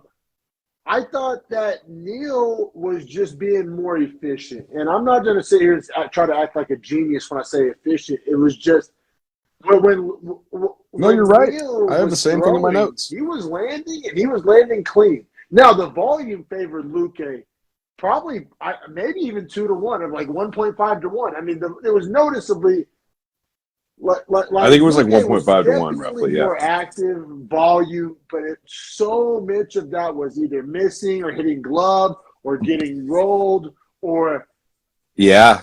So, okay, perfect. I also have that, right? Is like the striking defense from Neil that round which was really, really strong because it made it look like Luque was doing good when he and really when you wasn't hitting realize him in he the trains head at or the same face gym ever. as Kevin Holland, you kind of see you see it, and it's You'd like see it. so. I mean, like I said, I'm not even trying to sound like a genius. I think that like kind of the casual take is to give that round to Luque, but the real nuances of that round, I think, lean Neil or the not nuance of the round. If you just want to be a simpleton and go damage, I think that lean Neil too. I mean, there's plenty of arguments to be made for Luque. If you give Luque that round, you're not crazy. I thought Neil did enough, and I liked. Maybe it is subjective at the end of the day. I like Neil's work better in two. So I also scored at 10-9 to Neil. I wrote he didn't Yep. land as often, but he landed harder. And Luque's kicks were strong that round, but he was literally getting punished for every time he'd throw those close inside kicks. Neil had figured it out. Like in the first round, I think he realized, like, I don't like these leg kicks. I'm gonna punish him when he does it. You could hear Saif Saud yelling every time he throws a kick, punch him in his face, which was a hilarious response. It was But worth that's literally what started happening. Like every time Luque would go for that kick, Neil was just throwing left straight to his mouth. And like for me, that damage was stacking on Luque's face by the end of the second round. Funny enough, I do have the note in here. I have it 2018 to Neil. I could see a 1919 or a 1918 for Neil. Like there were 3 possible scores coming Or out of what that is it? round I have heading into the third. 2017. Yeah, Yeah. which I could also see. Yeah, I that's the didn't thing even about note those that fight one. I though. Now, forgot. granted, Luque got some standing elbows off in the second round that I did like, especially as a guy who bet Luque. I mean, that's probably the closest. That's probably the That's hilarious. I that's forgot about that. probably I the forgot about closest that. I Of got to course. having a glimmer of hope was whenever Luque was getting those standing elbows off. I'm like, okay, here's the path to victory. Like, if the pendulum is going to swing, it's now, and it still didn't. You know what I'm saying? So that's another reason why I gave that round to Neil. It's like Luque's best moment of the entire fight just still wasn't quite enough, right? Yeah, absolutely, man. And I mean, pushing into the third round, I think what we saw was you remember the Shane Burgos fight where he just absorbed so much damage and all of a sudden steps back and just Oh kind of yeah. falls down and gets the TKO loss from all the accumulated. That's essentially how I was feeling for Luque here. Like you could tell he was labored to start the third. He was just going to start. He kind of just was going for it the third because I think he knew he was down. And then the only problem for him was Jeff Neal's left hand was still What so Jeff Neal, goddamn credit to him for crispy. switching it up. He hadn't thrown a lot of uppercuts into this point. Yeah, and it Threw was really, 9 I in a think, row. maybe he's doing a couple, but I think it was pretty much like the first 9 of the fight. They all landed in a row. Like it was wild. I thought it was dope, but Dude, it was really that shit was wild. I awesome. mean, like I said, not so cool for The the visual of it parlay, was but sick I too. mean, it was. I mean, you know what? Jeff Neal performed so well that like I literally wasn't even mad at my lost bet. Like usually, I'd be sweating, I'd be being a degenerate. But like literally, Neal's performance was so like entertaining and just surprising, Technically sound. so Like sound, man. I was So just technically like, hey, sound on the hands. like a bet's a bet. Any guy can win, and like it wasn't like anything fluky. It wasn't anything. It was like I was wrong. I will eat that. Like respect on Neil's name. I got spoonfuls of shit to eat. I think both of us have been kind of over Neil, right? Like every time we break down a welterweight prospect, we're like, well, you could take Neil's ranking. We've said that on multiple breakdowns. Me too, I won't be right? saying that Like, this time. hey, shut your mouth. Like, Well, and I mean, with Luque being ranked 6, you assume Neil has to ascend the ranks, which they're out. So we'll get to that very shortly. I just want to note that Neil's 1-2-3-4 combo that he finished Luque with was a double left, right hook, left straight. well, especially That when you shit put it was in context, disgusting. like the background of it with the uppercuts that were just insane. Yeah, like literally, Luque was like trying to slide off the cage to get away from the 9 uppercuts he just ate, and then dodges one punch and then eats the 1-2-3-4. And I No, was I like, mean, I don't have oh, a it was negative thing to beautiful. say about Neil. And this is a guy that just busted 2 of my parlays. Like, it was such a beautiful performance that I'll take that over my parlays. Like, honestly, like, they were small parlays, I'll admit. Sucks because The that was like a only 6-legger leg of a too. 6-legger that I lost. And then essentially a 1-legger because when I said I put on 2 parlays, it was that and the Cachoeira underdog, which was a Oh pretty yeah, of saucy course. bet, you know what I mean? But on paper. But What makes you feel better about Cachoeira not even fighting? it's Because a you're like, straight well, this bet, parlay yeah, is and it just a was so straight bet small. now. Yeah, So either either way, I way, didn't really care. But yeah, Jeff Neal performance of the night bonus, much deserved. Cash is a plus 155 dog. Like, what's he move up to? Let's get to the rankings and the matchmaking. right. So Luque falls to number 9. Jeff Neal only moves That's up to pretty number tough, 8. but at the same, I thought that was tough considering he beat the shit out of Vicente Luque and is the first man to finish him in yeah, his I entire also career. like we gotta just be like honest here. Like Neal is not in the UFC's plans at welterweight. There's so many guys. The Sean Brady's, the Ragmanovs, the Shemaevs, like Well, yeah. Neal's call out was perfect for that too because he goes Yes. around those monsters and goes straight. I mean, to a monster, but calls out Gilbert Yeah, Burns, who is but a that's the teammate of angle I Vicente like. Luque. I think And that's how he gets when that fight. I love that. Also, when he made the call, did you hear the fans for Luque slash like the corner? They started Oh yelling. They were like, wow. "What?" But see, I thought that was They were smart. like, "Yeah." There I was like think a actual that's how visceral he gets the reaction to fight, that. the Oh, it was revenge great. story, right? Like I'm gonna go get my boys back. I'm gonna get the revenge. I'm gonna get it back for our gym, right? Like because on paper, on rankings, on name value, Burns could do much better. He's not gonna get that fight. The UFC probably wouldn't want that fight, but that storyline. of get my bros back and get the gyms back, I think there's maybe something on that. But continue, because there was a second call out. Or no, it was pretty much Burns, right? Or did he? He also that was pretty Bilal, much it. No, that's not pretty much clown, it. but he was like, I already beat Bilal, so don't try to give me that fucking bullshit. Like, Yeah, when Bilal's going to fight Sean Brady, oh so no, I I feel like thought it that was was kind cool. of a I thought weird he statement. jumped Anyway, on Bilal. you know, honestly, for Jeff Neal, he's not going to get a name like Masvidal because Masvidal won't do it. Stephen Thompson, probably not the That's guy funny. that you. I mean, that's a fun fight, but I think Yeah, you know what they have have? Neal I and think Thompson Thompson fought beat him. before? I believe they might have. Yeah, so yes, he did beat him by Main unanimous event. decision in a 5-round fight night Started the in Beefy 2020. Boys. Yeah, that's right. So we'll be 2 years out of that loss. That'd be a great one to avenge for Jeff Neal. He is obviously 31. Wonderboy's like 39. I So would you'd take Neal imagine this over the time 2 year span there, maybe Neal's me too. So with that being said, the girl what Burns call it's the best because Burns is unsigned or unbooked. He's not fighting Hamzat because obviously they've already done that. Leon Edwards is fighting for the belt. Covington's not about to do shit unless it's for a belt or a #1 spot, which he already has a #1 spot. So I think it's the only call that makes the most sense. And now, Well, Burns responded. does the UFC give it to him? Burns responded with Burns has really been calling out Masvidal. Burns really wants the Masvidal fight, which I think is sick, and that's a good fight to make. But Burns openly said, like, if I'm not going to give Masvidal, I'll do it. So, Well, and Dorino's down to fight anyone. Like he doesn't give a shit about your rank, which I respect the fuck out of him for that. But I would like to see if you do a Burns Masvidal on the same card as Neal Wonderboy and just stack out your welterweights. That's a fun like it's gonna be a pay per view, obviously. But if you have Neal, and Shemaev Diaz, will have already taken place. And I don't see a reason why those guys couldn't fight on the November Madison Square Garden card. I think, man, it's so. I mean, I'm happy for Neal. Like, you hear the conversation that we have him in right now. Yeah, it's way different than any conversation he's heard about from us in 2 years. Shout out which is shout out to him. Did it the hard way. Did it the hard way. Still works at Texas Roadhouse too. Shout out to that man slinging steaks. Wild. Let me get it medium rare. We'll keep it pushing the main event here. We got one of my favorite guys, Jamahal Hill, coming in -300. 10th ranked light heavyweight, worked his way up from contender series guy to top 10 guy, fighting Thiago Santos, man. Number 6 ranked light heavyweight in the world, coming in as a +250 dog. Man, I liked Hill coming into this one.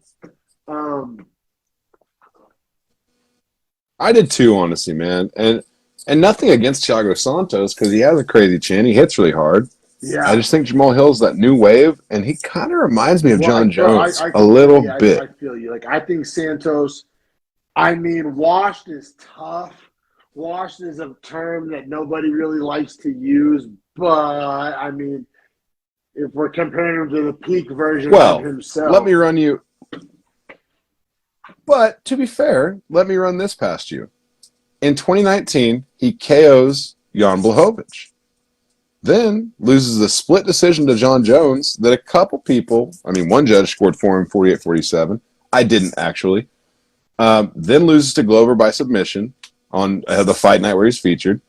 Then loses to Rakic, unanimous decision. Then beats Johnny Walker. Then loses to And, like, that fight was a snoozer. He didn't look good in that. Agreed. But then Ankalaev went all 5 rounds with Ankalaev. Agreed. But it's not. I'm just saying, like, he's fighting. If you go ranks on those guys, Blachowicz is 2, Ankalaev is 3, Rakic is 4, Teixeira is 1. Yeah, but and I'm saying that. I mean, at his own prime, like, I'm only juxtaposing it against the best version of himself, which was the version of him that was in the cage with John Jones. And he's the John Jones version, for sure. Like, agreed. He is stocked down. Yeah, and they keep – it sucks for him because they keep using him to be the name – yes, the torn ACLs. I mean, you know, that's like having – like, if Travis Kelce has a down year next year, I'm not going to say he's washed. But if he has a down year and tears an ACL and has another down year after the torn ACL, I might say he's washed. Like it's just – like, I don't feel like I'm being unfair to Santos here. Well, and Father Time is not on 38, Santos' side, right? but is entirely on Jamahal Hill's side. That's what I mean.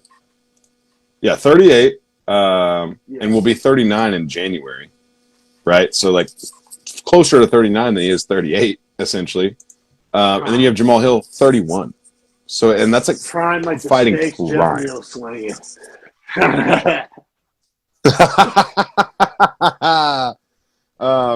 So yeah, man. I mean, to get into the This actual fight fight was itself, I amazing, though. suppose Like, way you have as number much 10. as kind of shit as we're talking on Santos, like, fight was competitive. Fight was, I mean, nail biting. I mean, edge of my seat. Like, oh shit, I didn't think we were in for this tonight. You know what I'm saying? I thought we were in for like a. Oh yeah, me too. Like I thought this was the best version of Santos we had seen, which is great in his last 6 fights. Yeah, just sucks he had to be against Jamahal Hill tonight or this night. So number 10, Jamahal Hill, minus 300. Thiago Santos, number 6, plus 250. Quick shout out to Jeff Neal. He did get a performance bonus, which for anyone that's counting the bonuses at home, there's only fight of the night left. So obviously what's going here. There was process of elimination there. Now, you want to argue fight of the night. There's some semantics, but like closest, most competitive fight on the whole card, 100% was demanded bet.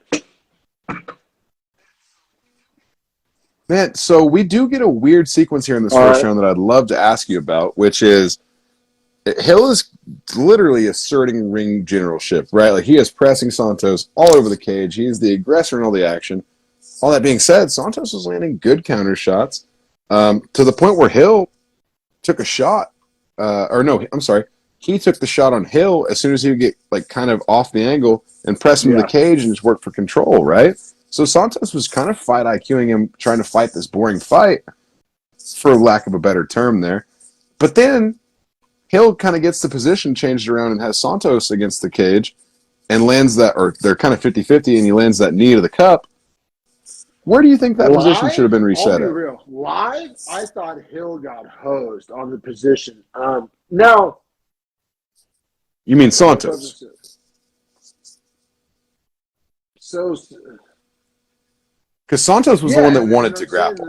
Santos got knee to the groin and lost the position. Yeah, so I'm saying Santos got I agree. fucked. That's what I thought live. Hearing your little recap of it does make me kind of rethink, though.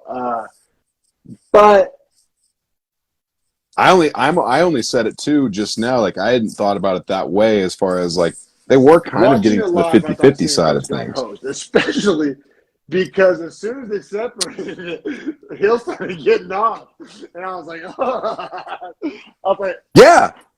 yeah, Hill was like trying to still fight, and then Herb Dean, like whenever it's just like whenever there's a penalty in football, and then you try a trick play afterwards, like you're still thinking about what just happened as opposed to what's currently happening. Like it happens in all sports, and I thought Jamahal was exactly. Like, all right, whatever. Like we got separated, and then he just started laying on the pressure.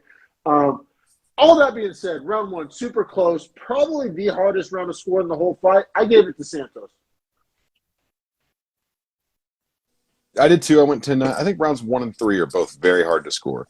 I think 2 is a lot clearer. And so we both agree 10-9 Santos in the first. Getting into round 2, kind of starts a little slow. Santos gets that takedown 90 seconds in. But, dude, Hill is immediately back up on every takedown. Where he hits the ground, he is immediately back up. Well, and Hill the best way to be. The range, finding the timing, started really cracking Santos. Which is, I mean, if you know anything about Jamahal Hill, he usually only touches guys a couple times, and he started to touch Santos. So it's like, as a guy who bet Hill, I was starting to feel much better in round 2 because it's like, okay, if he's going to be able to touch the chin, then it's just a matter of time.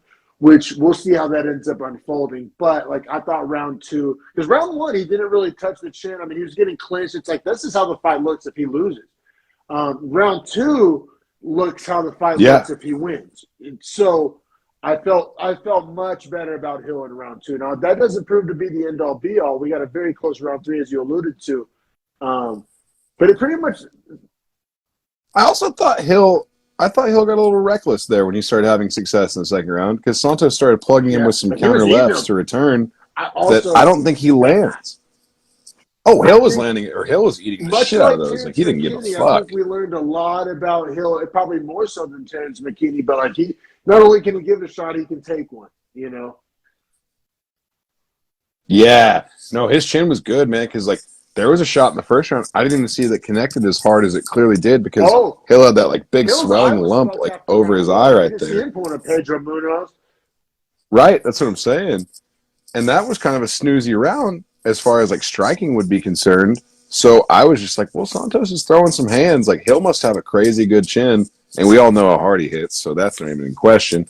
Um, Now, as far as, like, the end of the round, Hill cracked Santos at the end of the round, like, had him hurt bad. And if that round is 30 seconds longer, I could see Santos getting For sure. put out That's in what I'm that round. saying. Like once Hill started being able to find the range, touch the chin, it's like, well, Hill only needs to touch the chin, I mean, a handful of times, right? I mean, Well, and credit to Santos's corner here, too, because as soon as they see that whole sequence occur in the second round, they're literally screaming at him, like, what are you doing? Like, this is not a bar fight. You don't need to be fighting like this. Like, you can go wrestle him. You can go press him on the cage. Use your footwork. We know you have the cardio. You fought 5 rounds 5 times in your career. fair. Why are you Good doing coaching, this? good coaching. Which is all the right things to say. I mean, But it's why are also you doing ego this? too, Yeah. right? Because Santos is, Now, I mean, the hammer. He used to be the Jamahal Hill. I think there's a well, and if you notice, he would only yeah. do that You're whenever he right, got which cracked. is fun. I'm glad we saw that So it though, was because the full ego. last however many 4 Santos fight, there's been no ego, no fire, right? And so maybe not so technically sound, but it was cool to see that fire from him. You know what I mean? To know it was still in there. So let me ask you how you scored round 3, because we do have the weird sequence where Jamahal Hill lands a knee and spits his own mouthpiece out, and, like, I was blatantly confused when Herb Dean, like, stopped him and was, like, trying to put the mouthpiece in Hill's mouth, and I was like, why are you going to put Santos's mouthpiece in his mouth? And then it was his mouthpiece, and I was like, You what know the what? fuck? How did you That spit was your own weird, mouthpiece but I out? didn't really like factor it in too much. You know what I mean? I feel like it was weird. No, bro, Oh, yeah, nothing for scoring it wise. I was was just saying, weird. like, that was so weird to see. Round 3, I'm going to kind of talk out of both sides of my neck here. I I I think there's a way to do that here. I honestly do. This round is very I much scored 10 one night side and the Santos, other. and I don't have the word close in my notes. He had, what, 4 takedowns or maybe even 5 takedowns, some clinch control. But then I openly say in my notes, not much damage from Santos. He'll get getting back to his feet and probably got more damage off. So when I said I was talking out of both of my necks, I did both sides of my neck. I wasn't lying. Like I gave it to Santos. I felt good about giving it to Santos, but I also like in my notes make the case for giving it to Hill. And like anybody that gives it to Hill is not crazy or wrong. Oh, bro, let me read you what I wrote. Word for word here. I think Santos is winning this round based on Yeah, the amount of control time he's racked up, but Hill is landing big knees and probably winning the damage battle. I'll say 28-29 or 29-28 Santos, but any judge having it 28-20 or 29-28 Hill, I'm not mad at. verbatim. Like, Yeah, literally the words out of I my will mouth right there. co-sign that to the bank. Which is like, that's both sides of my neck so Like hard. But that's really how this round was. it's the It's and what do you I hate value? saying it, and it's corny, and it's maybe even a little outdated, but it's like Santos won the MMA match, Hill won the fight, right? I mean, it's it is It's a Sanhagen it Dillashaw really thing. is. Like, it really is. So but yeah, round 3 coin toss, really. Even though I don't have that in my notes, but I mean, Now, you could go either way. something to consider after all that being said is Santos Oh yeah, looked gassed going I back to his felt corner. so He good was as a Hill done. better and a Hill fan, seeing how gas Santos was after 3. Oh, and by the way, just to let you know as well, on scorecards here, 2 judges have it 29-28 Santos. 1 judge has it Exactly what we 29-28 described. Hill.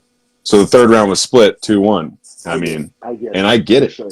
And I get it. You know what I mean? No, round 4 looks much more like Um, round 2, right? I mean, oh yeah. I round 4 mean, gets real fun. round 4, Jamahal Hill starts Jamahal Hill and on the tired Santos. Well, I think Santos mentally was just like, either I get it done here in 2.5, 3 minutes, or I just can't get it done because, like, he was gassed, man. He was literally gassed because he was trying. Like, I think the hardest part for him was taking the shots he was taking, getting in that bar fight sequence twice, and also trying to wrestle in the entirety of the first and third rounds, like mixing it up like that, Well, there was you're no going to drain spots to yourself breathe because, like you fast. said, even the snoozy parts of the fight where Santos trying to get takedowns, which isn't like snoozy from a gas tank expenditure. You know what I mean? And so, like, But for Hill to shoot back up and you just have to ride through and try well, to Hill's so retake him down strong. and battle through that, dude, that'll Hill's a gas plus you athlete so himself. You hard. know what I mean? Like stud. Super plus athlete. Now round 4, I mean, I literally my notes are pretty fucking simple for round 4. I mean, you got the ground and pound finish, and I literally have the words "insane gas tank" in my notes, like, which is crazy because all you keep seeing is the visual on Twitter of after he gets the stoppage, Jamahal Hill rolls over and kind of, but you never saw that. He waited until after the fight was over to like show that. You know what I'm saying? And I loved what he said to himself. Like he like literally staring up at the ceiling, goes, "I belong," and then just closes his eyes and like starts to breathe. And I'm like, That that's was fucking cool. real. Like that's a guy that is Yeah, realizing and his own that's real potential too. in the That wasn't moment. scripted. That wasn't. I mean, he wasn't working. Like that Nah, was amazing. That was a real moment. I 100% love that. I mean, you have any more X's and O's to add about round 4? I mean, I mean, round 4 just lacked X's and O's almost altogether, just because like Santos just said, "Fuck it, I'm gonna throw in the kitchen sink, and if it doesn't hit, and it then I'm didn't hit. done." And essentially, it didn't hit, and Hill started cracking him, and then Santos was just like, "Well, fuck." And I mean, all credit to Jamahal Hill here, right? And I know that we talked about being daubered down on Santos. This is the best Exactly. It Santos almost has like looked in a while, neutralizes all the dauber down talk, right? Because like, yeah, 100%. right? And now new rankings provide some update. Santos sits at number 9 now. Jamahal Hill's up to 6. Jamahal Yeah, he Hill's fucking threatening that is. top And he 5. had the perfect call outs. Loved the call outs. I mean, he pretty much was he he essentially called out Jan Blachowicz. It was a half-ass year he called out. He was like, if they want to give me a title shot, I'll take it. That's not how you ask for a title shot. But he was like, Jan Blachowicz is the guy. And you're right. Jan Blachowicz is the odd man out right now. I mean, all the steam is either in He the really Glover is. rematch or the Ankalaev match for Yuri Prohaska. Nobody, and I'll be real, this is tough for me because I'm the only guy still out here saying that Jan Blachowicz should get a title shot against Yuri. I'm also cool with the Glover rematch. Ankalaev can kind of fuck off, in my opinion. But if, from all narrative and media perspective, Jan Blachowicz seems to be the odd man out of the title race. And I mean, there's going to be the arguments out there that, oh, Jamahal Hill's getting the push or skipped up too fast. Whatever. Who gives a fuck? I This is a would disagree second with main that. I would event, disagree right? with that because Second if you main think event about it, knockout.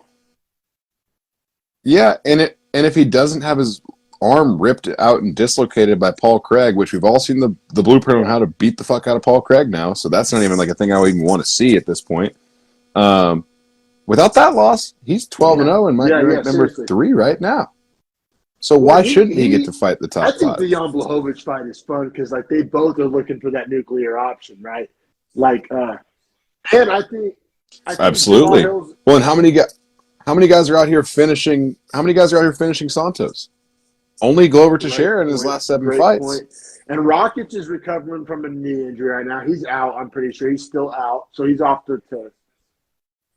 Anthony Smith's an idiot, so I don't even want to see him in the Well, UFC after Anthony that bullshit Smith, he pulled. I mean, he's hurt too, and Oh, is he and though? like, I mean, you either got to do Hill Ankalaev or Hill Blachowicz. I mean, I don't see another option. You can't make him fight back. I mean, you could, but what's the point of that? So wait. So did Anthony Smith Yeah, actually it's one of those break his things. He leg? like broke a bone in his leg. It's not like he snapped it Conor McGregor style. Like, I think it's either like a hairline fracture or a small bone or something along those lines. It's not super gnarly, but there is technically a bone break, at least from what I've read. I'm clearly not a doctor. Oh, it's a medial malleolus break. and then he dislocated a different bone. The malleolus, I actually know this from Kenneth and his weird ankle injuries. I'll show people at home. Your malleolus is this top piece right here where your ankle attaches to your foot. So I guess he cracked where they meet, and it was allowing his ankle to freely dislocate so it's a because it small wasn't bone. been It's not held. like a straight up Chris Weidman break. You know what I mean? But it was technically a broken bone in his leg. Yeah, and that's usually a break that happens from non-contact, from like too much pressure being put over the front of the ankle, from what I just read. So like it's not even a contact it's injury a weird typically. injury for sure. But regardless, he's out for a meaningful period of time. So I'm sorry. Yeah, the bigger point of that is that Rakic and Smith are both out for a period of time. Ankalaev has just won his 9th fight in a row. He is not going to do anything but fight for a belt. I think that's his mentality. He's not marketable, and there's a million reasons to not make that fight. So I don't know. I'm not saying his camp is thinking, but from a fan's perspective, and even from like a promotion perspective, are you just itching to give Ankalaev a title shot? Like, not no, hell really. no. But let me ask you this: the Glover rematch to do. Yeah. Let me ask you this: the Glover Prohaska rematch is what's going to happen. I'm almost certain. I hope so, honestly. So if Blachowicz is doing nothing, sitting around, he's old, can't just sit forever. And if Ankalaev is going to say that he's going to sit and wait, well, feed one of them to Jamahal Hill, because Jamahal Hill's hungry and ready to fight. See, and I think the yeah, I am a Jamahal Hill fan. I'll speak as a Jamahal Hill fan. I would like to see him fight Blachowicz because I think it would be a fun matchup. Like I agree. I think the Ankalaev Hill matchup sucks. Fight night main event. Ankalaev Hill matchup. It's like I'm not even saying Hill can't win that. I mean, I disagree. He can stuff takedowns. I disagree with the fight night main event. Actually, I would rather see them on the 5-fight section of a pay-per-view and put them in a 3-round fight. Okay. You know what though? I think that favors Blachowicz at this point. Maybe. I don't see. It's so hard to say with Jamahal Hill. Looked great. It looks great, but his power always looks great. That's what it. And I don't think Blachowicz is going to try to wrestle him the same way. I could be wrong about that. Well, I think you are wrong. I think he's going to view, rightly or wrongly, Jamahal Hill, the body type, more like he viewed Izzy. How did he beat Izzy? True. Down. But Hill is just a bigger guy too. I know they're the same. Like Hill just carries more explosive weight. If Hill could stuff a couple Ankalaev takedowns, and we talked about Ankalaev is more of a striker than people give him credit for. So glad you said that, man. I'm so glad you said that. Like we've slowly had to realize that in our breakdowns of Ankalaev is that he really is not the biggest wrestler. He's just more of like a pressure fighter. Are you taking Ankalaev striking over Hill? Fuck no. And that's what I'm saying. I'm not. But we haven't seen the cardio tested because of the injury on Ankalaev. Like I think Jamahal Hill's the cardio is more proven than Ankalaev's. I'll be honest, man. From a purely I think we would get some juicy plus money on Hill in that. From a purely fan perspective, the most fun fight right now so I'm not going to count Rakic and Smith in the top 5 because they won't be able to fight. So technically, Jamahal Hill would sit at 4, right, in this discussion. Reyes is 5. So of these top 5 guys, the most fun fight is Yuri and Hill. It is. That fight is so fun. Because Yuri, they're both the same size. The styles that they will throw wild bombs, and that Yuri will let himself get hit to try and throw another bomb. Well, can you do that with Jamahal Hill? Right. That's why that fight is so fun. That fight is sick. I am on board with make Blachowicz fight Hill. Fuck Jan Blachowicz. He doesn't even deserve the rematch like that. Well, and really fuck Ankalaev, though. Because, honestly... Yeah, no, my thing is make Ankalaev sit. If Ankalaev sits out, and the Hill Blachowicz fight's going to go. It's going to be sick. People are going to care about it. It's going to go crazy on Twitter. The winner's going to make a sick call-out. And Ankalaev, if he does sit out and take this ball and go home, he's going to get jumped and left out of the conversation. Right, and then what ends up happening is if Blachowicz and Hill fight, the winner of that gets the winner of the title fight, and the loser of the title fight just goes and fights Ankalaev, and he has to fight the last title challenger, essentially, which ain't even easy, but it would be the guarantee for him to be able to get his shot to challenge. Or let's be real, if Glover loses, he probably retires. True. And at that point, I mean, if Ankalaev... if Ankalaev's willing to sit long enough, he could just fight Rakic and get his way there that way. True. Which, goddamn, that's talking about fights I don't want to see. Yeah, talk about the Rakic. ugliest fights on earth. That's one of them. Count me out. But bro, we just put Hill as potentially being the next champion. I mean, I think he has that skill set, man. I don't think it's wrong to say that, you know? That's wild, though. It is wild. He at the start of the Beefy Boy era, he was like a prelim guy. Well, bro, how much gas have we thrown in his tank until the Paul Craig thing, which was still a fluky kind of a deal altogether of itself? I think I remember us saying, like, we don't take too much, like, steam out of the tank. You know what I mean? And, I mean, if you look at Jamahal Hill's fight record, he won his UFC debut. He won his Contender Series fight before that, obviously, but won his debut by decision. Had a no contest against Cledson Abreu, which I think was like an eye poke that the guy couldn't continue in the first round, so there's just no contest. Then he KOs Oven St. Preux. Then he gets his arm ripped out of place by Paul Craig. But now, since then, he knocked out Jimmy Crute in 48 seconds. He knocked out Johnny Walker under 3 minutes. And he just got a KO over Santos, who is one of the harder guys to finish in the entire division. Like, his ascent is like almost straight up. You know what I'm saying? I think it's better than Ankalaev's, you could argue. Especially with the fluky Anthony Smith win. Let's compare their streaks. Right. So let me search up Ankalaev. So Ankalaev and his streak is going to be slightly more impressive, right? Funny enough, they both have losses to Paul Craig. Yeah. And Ankalaev's loss to Paul Craig is fucked because he got submitted with 1 second left in the fight in the third round. That's his UFC debut as well. And they do have some common opponents here. Oh, I forgot this is Ankalaev that did this. So Cledson Abreu beat him by unanimous decision, beat Dalcha Langiambula, beat Jan Kudalaba twice, back-to-back, because remember, that's where Kudalaba was like, no, I was faking like I was done, but I wasn't. And then he actually KO'd him in the first round of the next time they fought, which was hilarious. So he has 2 KOs over Kudalaba back-to-back. Yeah. Then he has decisions over Krylov, Ozdemir, a 5-round decision over Santos, so he couldn't even do to Santos what Hill did. And then he just beat Anthony Smith via injury. Snoozy decision, McGee. Yeah, but I mean, he does fight like Maxime Grishin's on here. Like, he has a really tough and impressive fight run, and he is on a 9-fight winning streak, which is really hard to deny. But man, he might have to get 10 wins before he gets that belt shot. Which Usman had to get 11 wins before he got his belt shot. So Ankalaev can't even sit there and say shit. Do you think we get? I think we get. All right. So just from all right, we just discussed like the X's and O's, right? The chalk, but like, from a handicapping perspective, I'm trying to think: is Hill favored in any of those fights, or do we just get juicy Hill money, fucking all the way to the bank? I think Hill. No, he's not favored against. Nope, he's not. He's not. The only guy who's going to get favored against Anthony Smith out of all the guys above him. That's what I'm saying, bro. We're getting juicy Hill bets and hammering them. And I like him a lot against everyone except for Yuri. Yeah, and he could beat Yuri. Like, yeah, it's just the entire caveat of like that dude fights like no one else on earth. So stylistically, you just can't project how that even happens. But you're right. But I'll also just make you the argument that Yuri gets touched probably more than any guy we just listed. And dude, you can't get touched by Hill only X amount of times.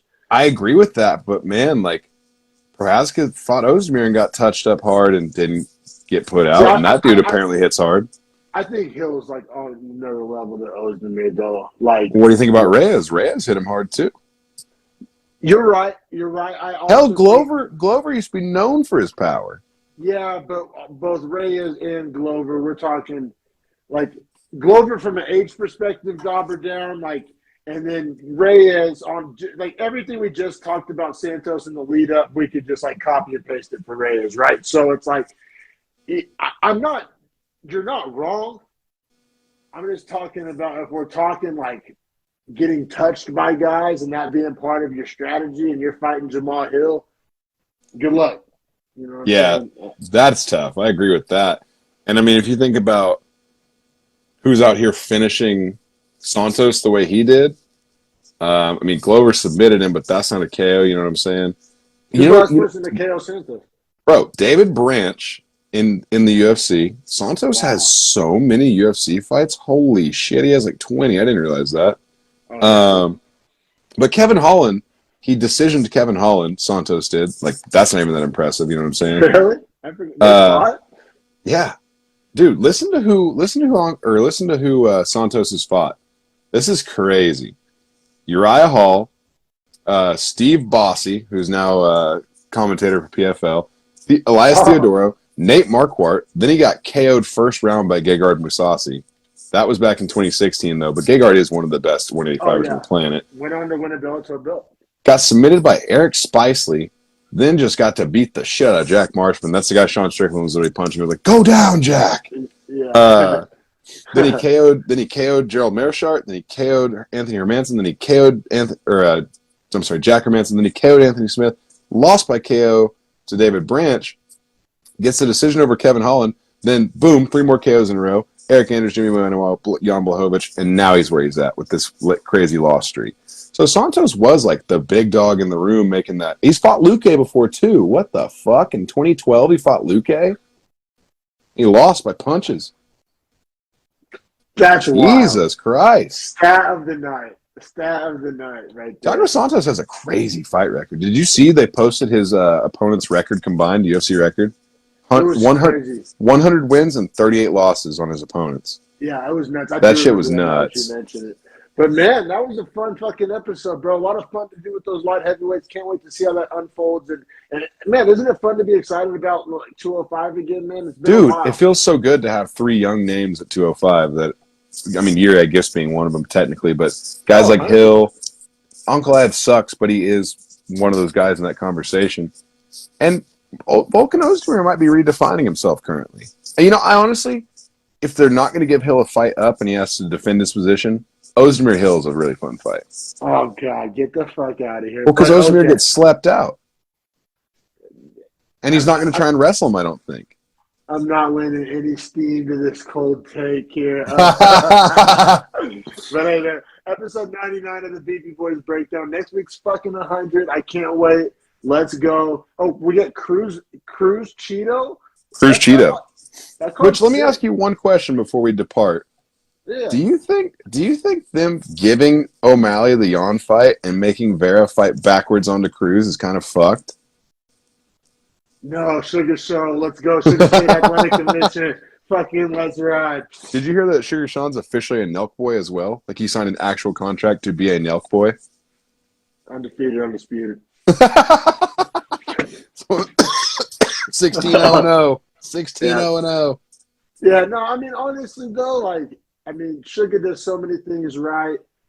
And, I mean, let's not act like a main event against Dominic Cruz as a punishment. You know what I'm saying? Like, that's a fair point. I'm just saying, like, I just feel like they give all the breaks to Sugar Sean, which he deserves them because he sells. He fucking sells.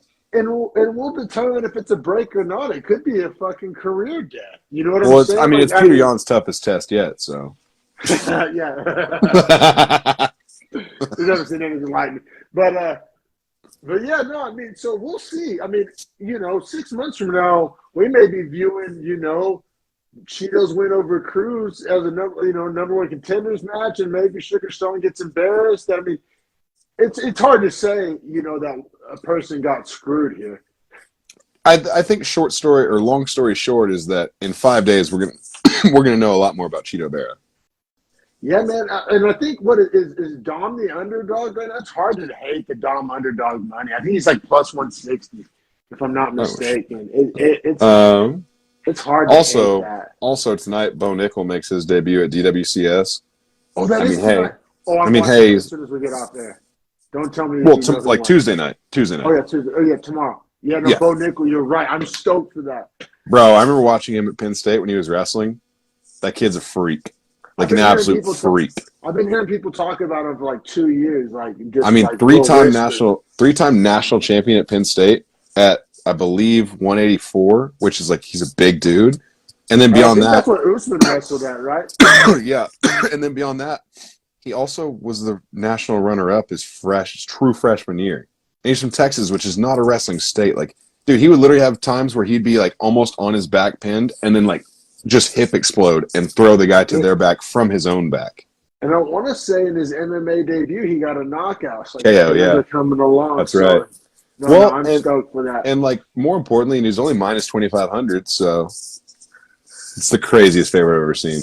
But to your point on the odds, Cruz is the plus 200 currently.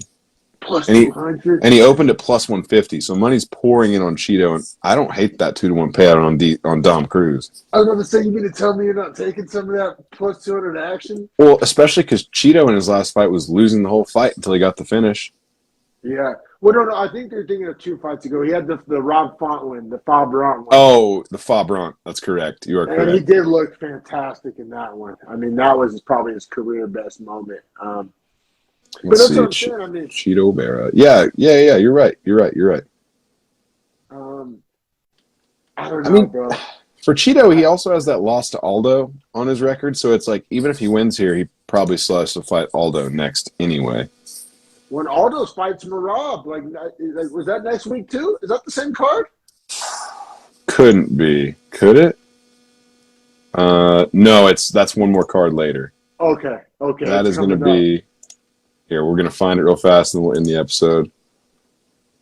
Just because I want to know. That is on the Leon Edwards Kamaru Usman pay-per-view on August 20th. Okay, so literally a week later. Up. But they're kind of staging that. They're kind of staging that. Little semifinal, little Grand Prix. But honestly, I mean, Valashvili right now is minus 115. All those minus 105. That's hard.